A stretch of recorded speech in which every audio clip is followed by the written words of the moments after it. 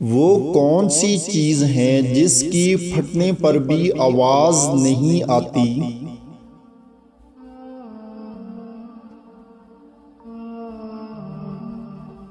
तो जवाब है दूध।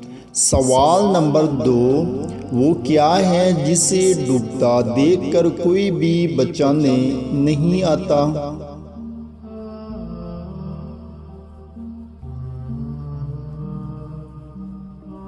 तो जवाब है सूरज। सवाल नंबर 3, वो कौन सा परिंदा है जो अपने कानों से देखता है?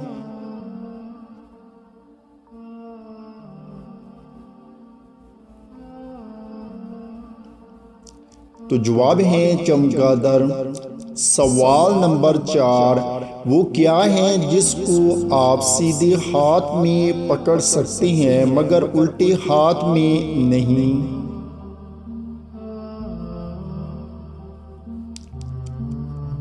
तो जवाब है अपना उल्टा हाथ। सवाल नंबर 5, वो क्या चीज़ है जो लड़की 18 साल के बाद देने के काबिल हो जाती हैं?